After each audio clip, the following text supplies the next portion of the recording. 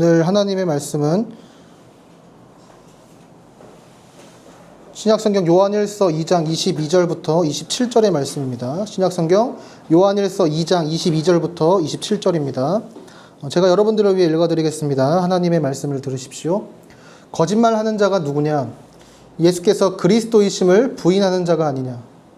아버지와 아들을 부인하는 그가 적그리스도니 아들을 부인하는 자에게는 또한 아버지가 없으되 아들을 시인하는 자에게는 아버지도 있느니라. 너희는 처음부터 들은 것을 너희 안에 거하게 하라. 처음부터 들은 것이 너희 안에 거하면 너희가 아들과 아버지 안에 거하리라. 그가 우리에게 약속하신 것은 이것이니 곧 영원한 생명이니라.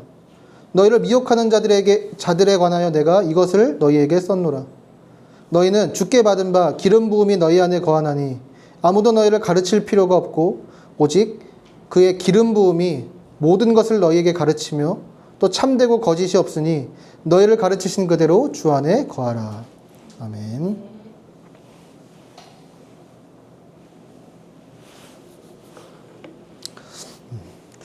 우리 모두는 행복하길 원해요. 17세기 그 프랑스의 수학자이자 철학자이자 경건한 그리스도인이었던 블레즈 파스칼은 그 팡세라는 책에서 이렇게 말합니다. 모든 사람은 행복을 추구한다. 예외는 없다. 그러니까 무슨 수단을 사용하든 그 수단들은 모두 이 목적을 지향한다. 어떤 이는 전쟁에 나가고 다른 이는 전쟁을 피하지만 양쪽의 견해는 달라도 그렇게 하는 이유는 같다. 그렇죠?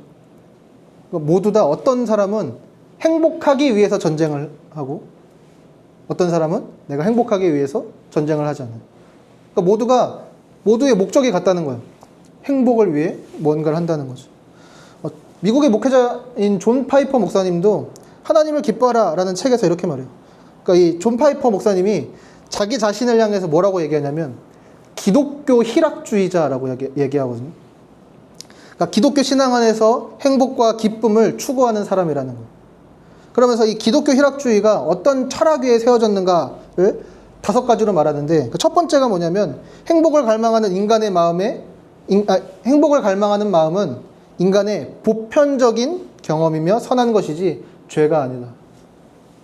그러니까 우리가 행복을 원하는 것, 행복을 추구하는 것이 우리 모두의 보편적인 마음이에요.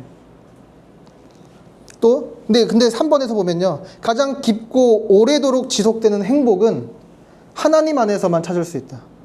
하나님에게서 오는 것이 아니라 하나님 안에 있다. 근데 이런 것은요, 이런 얘기들은 파스칼, 존 파이퍼 이런 몇몇의 인물만의 주장은 아니에요. 사도 요한도 오늘 요한일서를 통해서 자신이 편지하고 있는 그 교회에게 그리고 2000년간 지속되어 온 모든 교회에게 그리고 오늘 이 말씀을 듣고 있는 우리에게 동일하게 이야기하고 있습니다. 요한은 우리를 하나님과의 사귐에 초대해요. 왜냐하면 오직 하나님과의 사귐 안에 참되고 영원한 기쁨이 있기 때문입니다. 우리 요한일서 1장 3절 4절을 같이 한번 읽어볼까요? 시작. 우리가 보고 들은 바를 너희에게도 전함은 너희로 우리와 사귐이 있게 하려 함이니 우리의 사귐은 아버지와 그의 아들 예수 그리스도와 더불어 누림이라. 우리가 이것을 쓰면 우리의 기쁨이 충만하게 하려 함이라. 그렇죠? 우리를 하나님과의 사귐에 초청합니다. 왜? 우리에게 충만한 기쁨이 있게 하려. 그리고 오늘 본문에서도 요한은 이렇게 말해요. 24절 25절에 보세요. 너희는 처음부터 들은 것을 너희 안에 거하게 하라. 처음부터 들은 것이 너희 안에 거하면 너희가 아들과 아버지 안에 거하리라. 그가 우리에게 약속하신 것은 이것이니 곧 영원한 생명이니라. 자, 같이 이걸 이어서 보면 여러분, 사귄다는 것은 무엇입니까? 서로가 서로 안에 머무는 거예요. 서로가 서로 안에 거하는 것이고 서로가 서로 안에 사는 것입니다. 오늘 본문에서 거한다라는 표현이 총 6번 나오거든요. 이 단어는 그냥 잠시 머물렀다가 떠나는 정도의 것을 가리키지 않아요. 그러니까 영구적인 주소지를 정한다라는 뜻이래요. 그러니까 쉽게 말해서 아예 그냥 뿌리를 박는 거예요. 그러니까 하나님과 사귄다는 것은 하나님이 내 안에 사시고 내가 하나님 안에 사는 거예요. 근데 요한이 이 거하라라는 표현을 되게 좋아하는 것 같아요.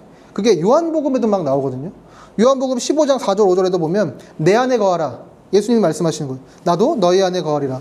가지가 포도나무에 붙어 있지 아니하면 스스로 열매를 맺을 수 없음 같이 너희도 내 안에 있지 아니하면 그러하리라. 나는 포도나무에 너희는 가지라. 그가 내 안에 내가 그 안에 거하면 사람이 열매를 많이 맺나니 나를 떠나서는 너희가 아무것도 할 수 없음이라. 그래서 그러니까 이렇게 우리가 예수님 안에 거할 때 그분이 우리를 어떻게 하신다고 하냐면 15장 11절에 보면 내가 이것을 너에게 이름은 내 기쁨이 너희 안에 있어 너희 기쁨을 충만하게 하려 함이니라. 그러니까 우리가 하나님 안에 거하고 그분이 계속 내 안에 뿌리를 받고 계시는 것, 그분이 내 안에 살아계셔서 나에게 그분의 향기가 나고 그분의 열매가 맺히며 또 우리가 그분 안에 살아있어서 그분을 닮아가는 것, 그리고 우리의 이런 삶의 과정과 변화, 우리가 맞이하게 될 마지막 결과가 다 즐겁고 기쁨이 넘치고 행복으로 가득하게 하신다라는 뜻입니다. 근데 우리가 하나님 안에 거한다는 것, 하나님이 우리 안에 거하신다는 것이 좀 더 정확하게 어떤 것인지, 그러니까 그 기원이 무엇인지를 우리는 그러니까 하나님에게서 좀 더 정확하게 삼위 하나님에게서 발견할 수 있어요. 요한복음 17장 21절에 보면 예수님은 이렇게 말씀하십니다. 아버지께서 내 안에 계시고 내가 아버지 안에 있는 것 같이 그들도 하나가 되어서 우리 안에 있게 하여 주십시오. 그래서 아버지께서 나를 보내셨다는 것을 세상이 믿게 하여 주십시오. 그러니까 우리가 하나님 안에 거하는 것, 하나님이 우리 안에 거하시는 것, 즉 하나님과의 사귐의 기원이 그러니까 여기서부터 바로 하나님과 예수님이 서로 안에 거하시는 것에서부터 시작된다라는 거죠. 영국의 신학자인 마이클 리브스는 이렇게 말합니다. 우리가 하나님을 즐거워하는 것은 하나님께 속한 참 생명에 들어가는 일의 핵심이다. 그러니까 성부 하나님은 영원 전부터 완전하신 성자 하나님을 사랑하고 기뻐하셨으며 성자 하나님은 성령 하나님 안에서 교제 가운데서 성부 하나님을 사랑하고 기뻐하셨다. 우리는 바로 그 생명의 교제에 참여하도록 지음받은 것이다. 그러면 여러분, 삼위 하나님이 어떻게 서로에게 거하셨고 어떻게 그분들은 서로 사귀셨습니까? 우리 새가족반을 한 사람들이라면 다 한 번씩 들어봤을 거예요. 이제 C.S. 루이스가 순전한 기독교에서 이렇게 말합니다. 기독교의 하나님은 정적인 분이 아니다. 역동적이고 활기찬 생명이시다. 마치 드라마와도 같다. 그러니까 이게 불경건한 표현이라고 말할지 모르겠지만 하나님은 춤과도 같은 분이다. 그러니까 루이스가 말하는 하나님은 어떤 분이냐면요, 정적인 분이 아니래요. 이 정적이라는 게 어떤 거냐면 나는 그냥 가만히 서 있고 나만 주인공이 되어서 상대방을 돌게 하는, 그러니까 상대방을 희생시키는 그런 분이 아니라는 거예요. 오히려 그분은 동적인 분, 서로가 나서서 서로의 주변을 돌고 서로에게 자신을 내어주시는 그런 동적인 분이라는 거죠. 그러니까 하나님은 역동적으로 서로를 위해 도십니다. 다른 말로 표현하면 그분은, 삼위 하나님은 서로에게 아주 열심을 다해 헌신하세요. 희생하세요. 서로에게 순종하십니다. 제가 이런 설명을 한 적이 있죠. 우리가 이제 아이돌들 이제 무대를 보면 항상 메인 센터가 있어요. 근데 그 사람이 키 크고 예쁘고 잘생겼다고 해서 그 사람만 그 무대에 나올 수 없어요. 그 무대가 누가 봐도 이 무대 진짜 멋있다 라는 그런 무대가 되려면 때때로 센터가 나와서 자기의 멋있는 모습을 보여주기도 하지만 때로는 다른 멤버가 나와서 그 모습을 보여주기도 하고 또 다른 멤버가 나와서 그 모습을 보여주기도 하면서, 그럴 때 어떻게 해요? 다른 멤버들은 자기를 낮추는 거예요. 뒤로 빠져주는 거예요. 키를 맞추기 위해서 내 무릎을 구부리기도 하고 내 허리를 숙이기도 하면서 그 아름다운 무대를 함께 만들어가는 거죠. 그러니까 삼위 하나님이 서로에게 하시는 게 마치 그런 것 같아요. 서로에게 계속 센터를 내어주는 거예요. 이분들이 어떻게 서로를 그렇게 사랑하셨는지 여러분 성경을 통해 보면요, 요한복음 14장 31절에 보세요. 우리 같이 한번 읽어볼까요? 오직 내가 아버지를 사랑하는 것과 아버지께서 명하신 대로 행하는 것을 세상이 알게 하려 함이로라. 일어나라 여기를 떠나자 하시니라. 그러니까 우리가 아는 것처럼 예수님은 성부 하나님의 말씀에 순종하고 그분을 사랑하세요. 그러니까 그러니까 예수님이 하시는 일이 뭐냐면 성부 하나님께 순종하심으로 성부 하나님을 센터로 세워드리는 거예요. 그럼 이제 8장 54절을 보세요.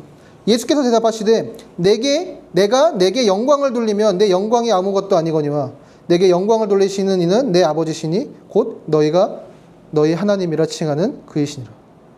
그러니까 우리가 하나님이라 부르는 그 성부 하나님이 예수님께 영광을 돌린다라고 말씀해요.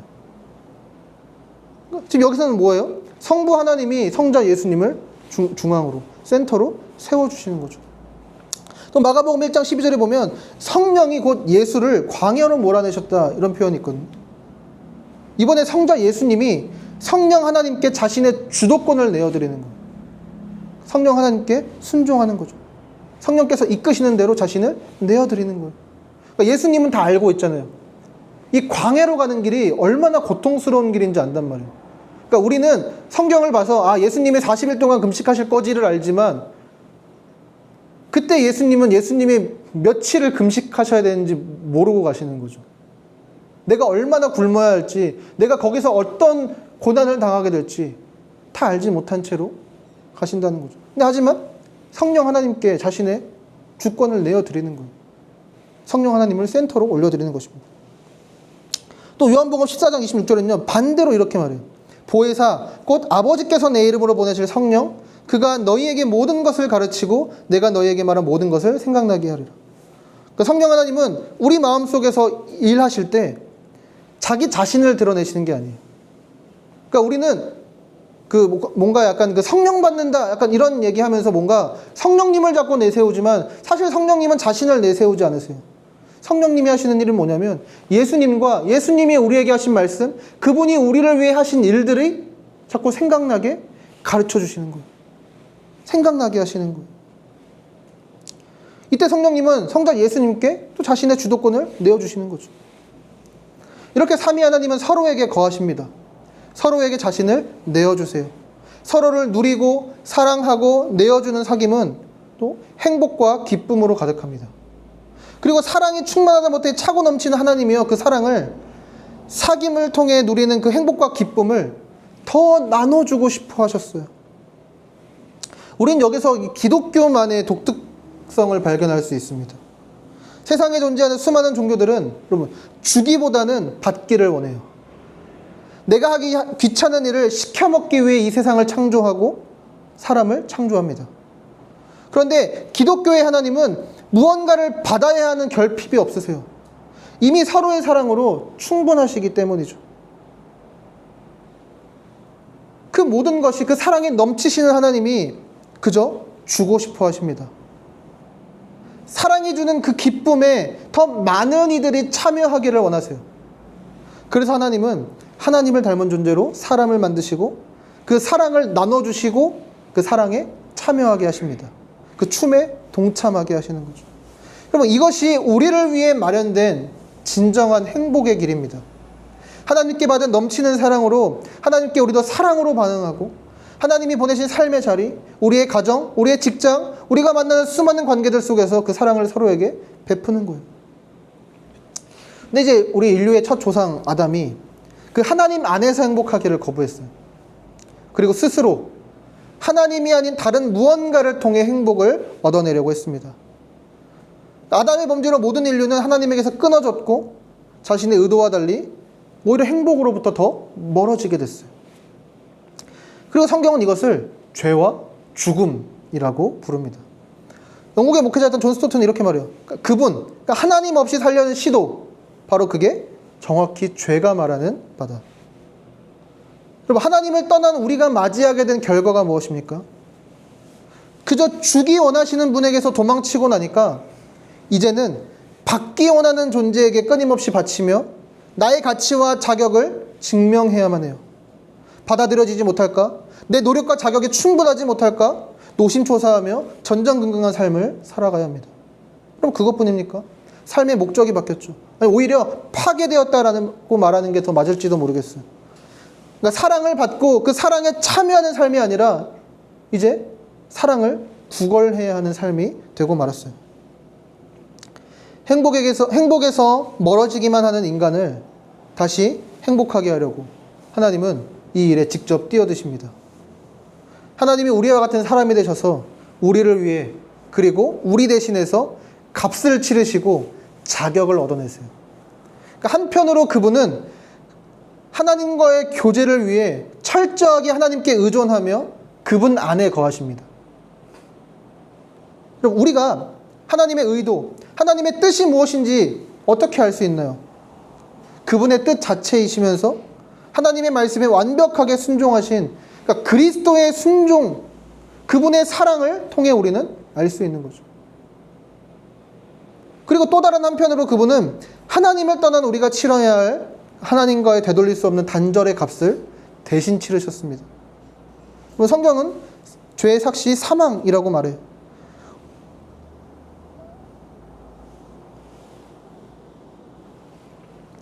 우리가 치러야 할 값은 죽음. 그러니까 하나님과의 영원한 단절, 하나님께 영원히 버림받는 거예요. 그러니까 그분의 사랑에서 영원히 끊어지는 것입니다. 하지만 그것을 예수님이 대신 치르신 거예요.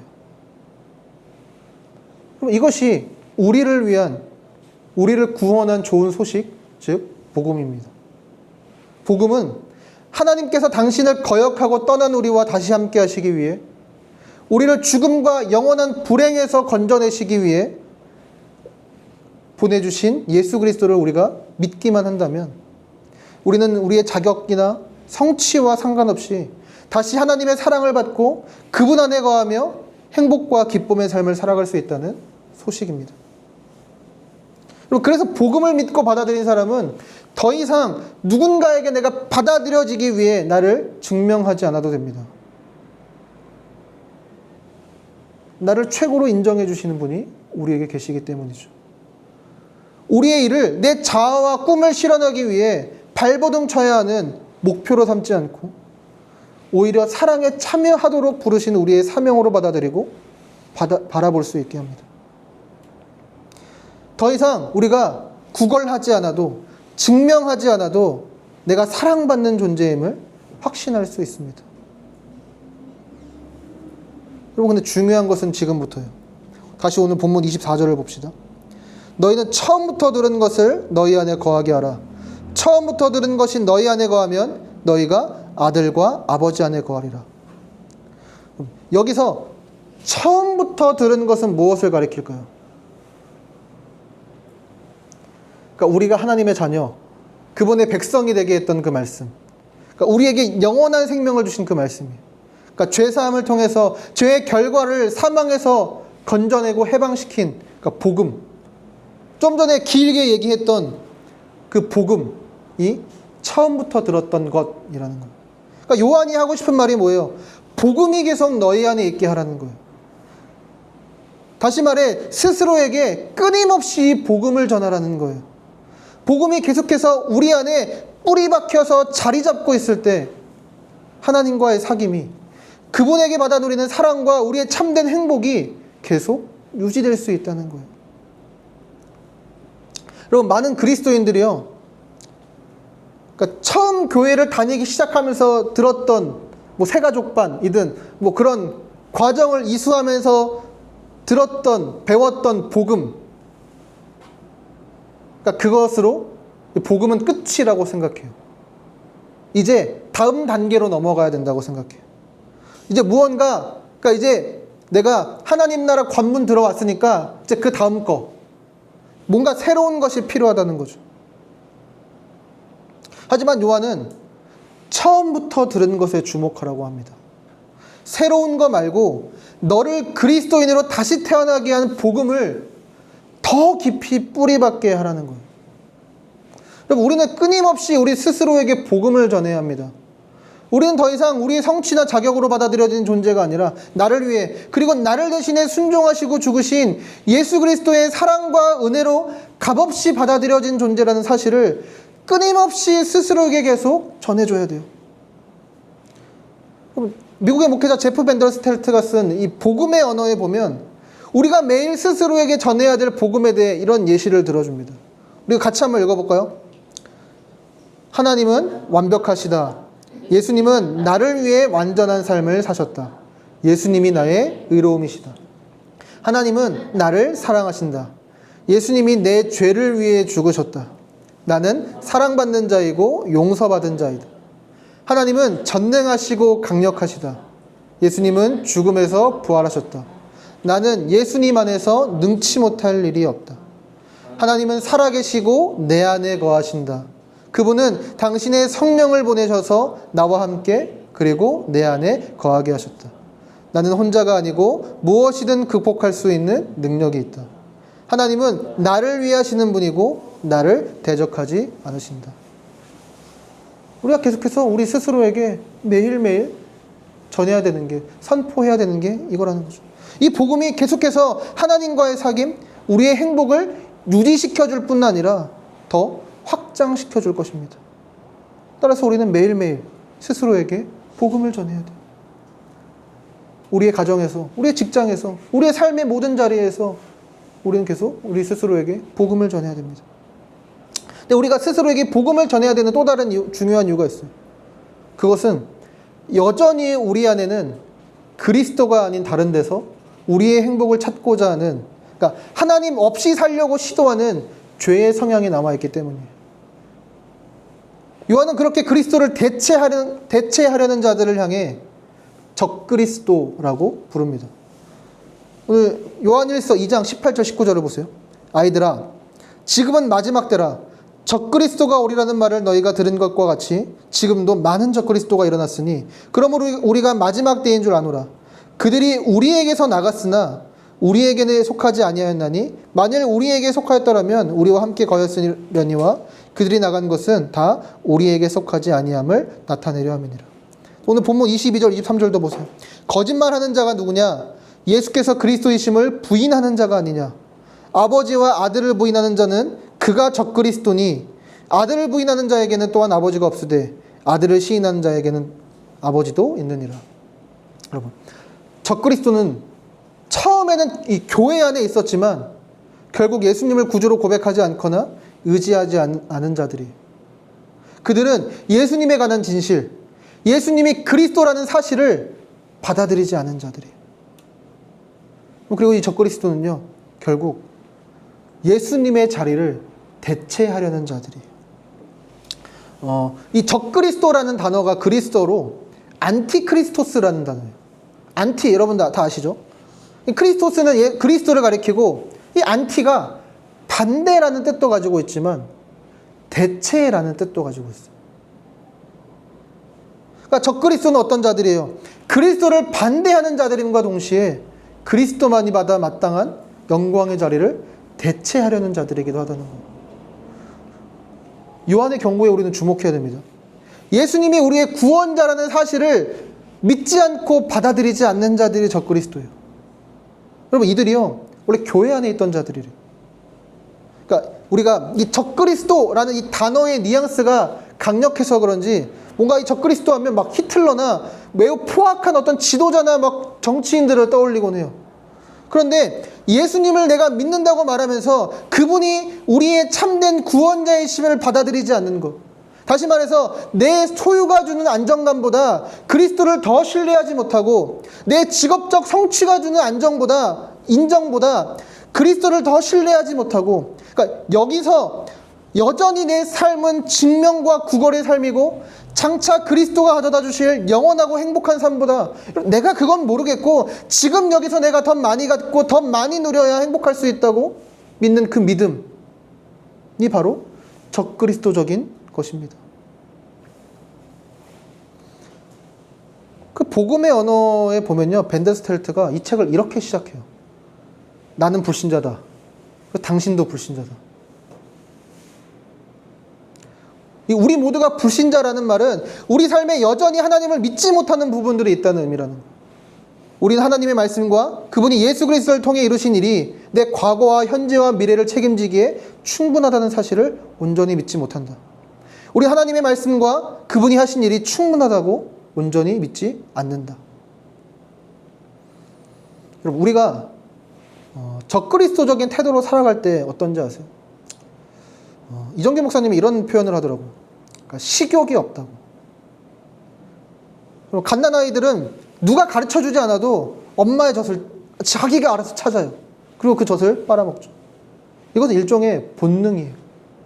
마찬가지로 우리가 복음을 진정으로 믿고 받아들이고 있다면 그분을 찾아요.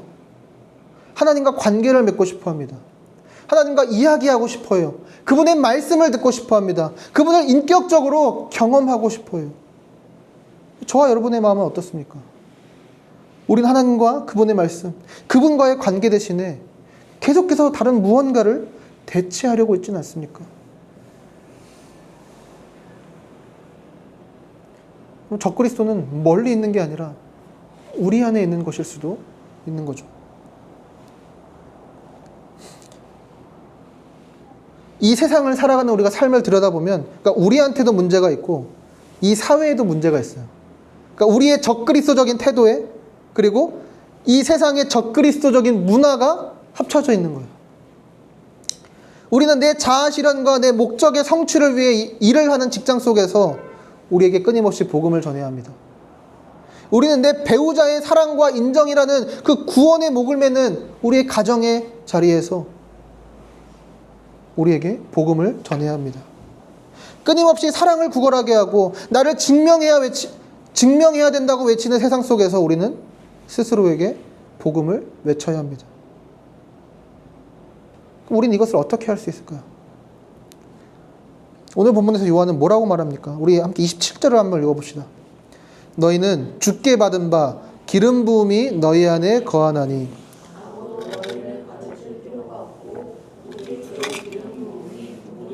너희에게 가르치며 또 참되고 거짓이 없으니 너희를 가르치신 그대로 주 안에 거하라. 여기서 기름 부음은 성령의 역사를 뜻해요. 좀 더 정확하게 설명하자면 최영삼 교수님이 이렇게 설명합니다. 말씀과 함께 신자 안에서 영원한 생명을 일으키는 성령의 역사가 이제 기름 부음이래요. 우리 스스로에게서 복음을 전하기 위해 우리가 해야 될 것은 먼저 우리 안에 거하시는 성령님께 귀를 기울이는 거예요. 여러분, 성령님이 하시는 일이 뭐죠? 아까 읽었던 요한복음 14장 26절에 이렇게 말하죠. 보혜사 곧 아버지께서 내 이름으로 보내실 성령, 그가 너희에게 모든 것을 가르치고 내가 너희에게 말한 모든 것을 생각나게 하리라. 성령님이 하시는 일은 예수님과 그분이 우리에게 하신 말씀, 그분이 우리를 위해 행하신 일들을 가르쳐 주시고 생각나게 하시는 거예요. 그리고 또 하나, 4세기의 신학자였던 아우구스티누스가요, 성령님을 이렇게 불러요. 사랑의 끈이라고. 성령님은 성부 하나님과 성자 예수님을 사랑으로 묶어주시는 일을 하세요. 그리고 뿐만 아니라 하나님과 우리를 사랑으로 묶어주세요. 그러니까 그리스도께서 나를 위해 행하신 일들을 계속 생각나게 하시고 그게 진짜 내 것임을, 나에게 베풀어진 은혜임을 계속 이야기해 주시고 나에게 적용해 주시는 거예요. 성령님께서 우리 안에서 생각나게 하시고 가르쳐 주시는 그 그리스도의 아름다움에, 또 우리를 위해 행하신 일들에 여러분, 우리가 날마다 계속해서 귀를 기울여야 합니다. 두 번째는요, 그리스도를 더욱더 알아가는 거예요. 잘 됐죠? 마침 우리가 읽고 있는 마태복음을 통해서 그리스도를 계속 더 알아갑시다. 여러분 성경을 읽으면서 우리가 무엇에 주목해야 되냐면요, 그리스도가 누구신지, 그분이 우리를 위해 행하신 일이 무엇인지 우리가 계속 그 말씀을 통해서 찾고 발견하는 거예요. 우리가 신약을 읽을 때만 그런 것도 아니에요. 구약 성경을 읽으면서 거기서 가리키고 있는 그 말씀이 궁극적으로 말하고 있고 예견하고 있고 가리키고 있는 진정한 다윗, 진정한 호세아, 진정한 구원자, 진정한 메시아가 누구신지를, 진정한 모세가 누구인지를 우리가 계속 고민하는 거예요. 그리고 그것이 오늘을 살아가는 우리에게 어떤 의미인지 계속 숙고하십시오. 그리고 이어서 우리가 교리도 공부해야 돼요. 그러니까 성경 전체의 진리를 정리한 이 교리를 배우고 숙지하면서, 그러니까 우리의 복음에 대한 이해를 좀 더 공고히 다져야 합니다. 이제 우리 같은 경우에 평생 교회를 다녀왔기 때문에 아는 것 같고 들어본 것 같은 게 많아요. 그리고 그것으로 충분하다고 생각할 때도 있습니다. 그럼 그런데 알더라도 다시 보십시오. 좀 더 깊이 보십시오. 그분을 더 알아가십시오. 그분이 얼마나 아름답고 놀라운 분인지 깨닫고 누려가 보십시오. 성령께서 날마다 새롭게 우리에게 그분을 알려주실 것입니다. 이제 마지막으로 그 예수님을 들려드림으로 마치려고요. 요한의 이 편지를 받아 읽었던 독자들은, 그러니까 요한이 자주 반복하고 애용했던 이 거하라 라는 표현을 딱 읽을 때마다 예수님의 이 비유의 말씀이 생각났을 것 같아요. 요한복음 15장 1절입니다. 나는 참 포도나무요 내 아버지는 농부라. 구약에 보면 이스라엘 백성을 향해 포도나무라고 부르는 장면이 많이 나와요.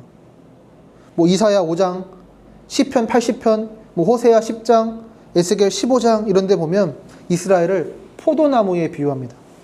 그런데 그 내용을 보면 하나같이 이스라엘이라는 포도나무는 열매를 맺지 못하고 하나님께 불순종했다는 표현으로 가득해요.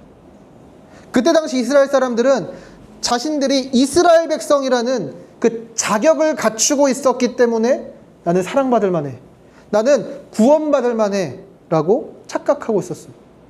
그런데 하나님의 평가는 정반대였습니다. 너희는 계속해서 불순종했고 버림받아야 한다고 말씀하세요. 그러니까 지금 우리에게로 가져오면 뭐예요? 교회 안에 있던 적그리스도와 같다는 거죠. 그런데 예수님은 이렇게 말씀하십니다. 이스라엘 백성이 아니고 내가 진짜 포도나무다. 나는 너희가 내 안에 거하면 진짜 열매를 맺을 수 있는 참 포도나무다. 다른 대체품이 아니라 너의 자격, 너의 성취가 아니라, 그러니까 내 안에 있다면 영원한 사랑이 너희에게 주어진단다. 여러분, 이게 왜 가능합니까? 예수님은 그분의 삶 전체를 통해 완벽하게 순종하셨어요. 그분은 하나님의 말씀을 단 하나도 어기지 않으셨습니다. 그분은 하나님의 말씀을 주야로 묵상하여 기뻐하셨습니다. 그분만큼 하나님 안에 거하지 않는 존재가 없었어요. 그분은 항상 아버지의 말씀 안에 거하셨습니다. 여러분, 예수님의 말씀은요 항상 구약에 근거했어요. 심지어는 십자가 위에 사셨던 말씀들, 우리가 가상칠언이라고 부르는 그 말씀들 역시도 다 구약에서 인용됐어요. 그분은 십자가에서조차 하나님의 말씀을 묵상하셨으며 하나님 안에 거하셨습니다. 그런데 그분은 아버지의 사랑 안에 거하실 수 없었어요. 오히려 버림받으셨죠. 언제나 하나님 안에 거하신 분이 하나님을 배신하고 하나님을 거부한 존재처럼 버림받으셨습니다. 왜요? 그분이 우리와 자리를 바꾸셨기 때문이에요. 우리가 받아야 했던 벌을 그분이 대신 가져가시고 우리가 받을 자격이 없었던 그분의 사랑을 끊임없이 우리에게 부어주십니다. 영원토록 부어주세요. 이분께로 나아갑시다. 그리스도께서 우리를 위해 하신 일들을 계속해서 기억합시다. 그리고 우리의 삶의 자리에서, 직장에 있는 나에게, 가정에 있는 나에게, 매일매일 은밀한 곳에 있는 나에게, 절망하고 좌절감에 빠져 있는 나에게, 계속해서 무언가를 증명해야 된다는 압박감 속에 있는 나에게 복음을 전해줍시다. 그런 우리 모두가 되는, 우리 함께 하시는 교회 모든 성도들 되기를 소망합니다. 우리 이 시간도 함께 나의 안에 거하라 함께 우리 찬양합시다.